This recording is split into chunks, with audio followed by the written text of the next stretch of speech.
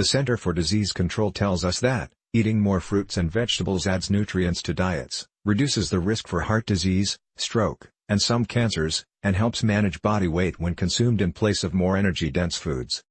In order to control the diseases the CDC mentions, Americans must begin consuming more fruits and vegetables.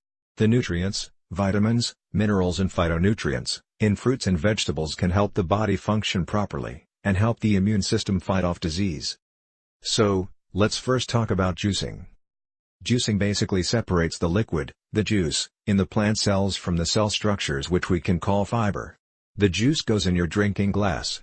The fiber is usually just thrown out. Juicers produce good quantities of juice from most fruits and vegetables. But, what is the problem with juicing?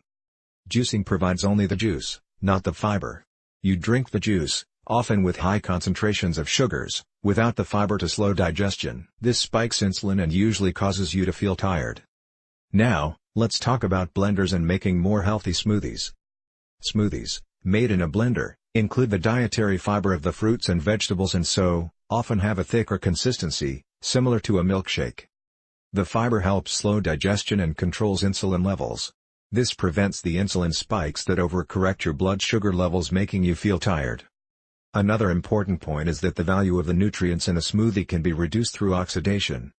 You can easily see oxidation when you cut an apple in half and let it sit for a few minutes. You see it start to discolor.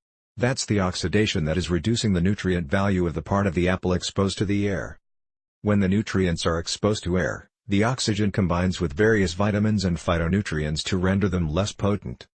This is an important consideration in blenders. The output of most blenders is often frothy, because small air bubbles are mixed in. Most blenders mix a lot of air into the smoothie, making them less healthy.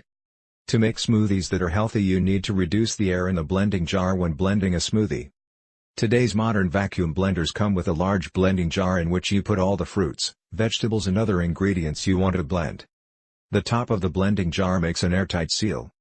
You then attach a vacuum pump to the top and suck out as much air as possible. Then you blend.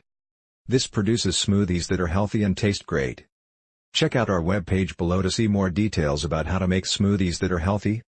Enjoy all the health benefits of making your own smoothies.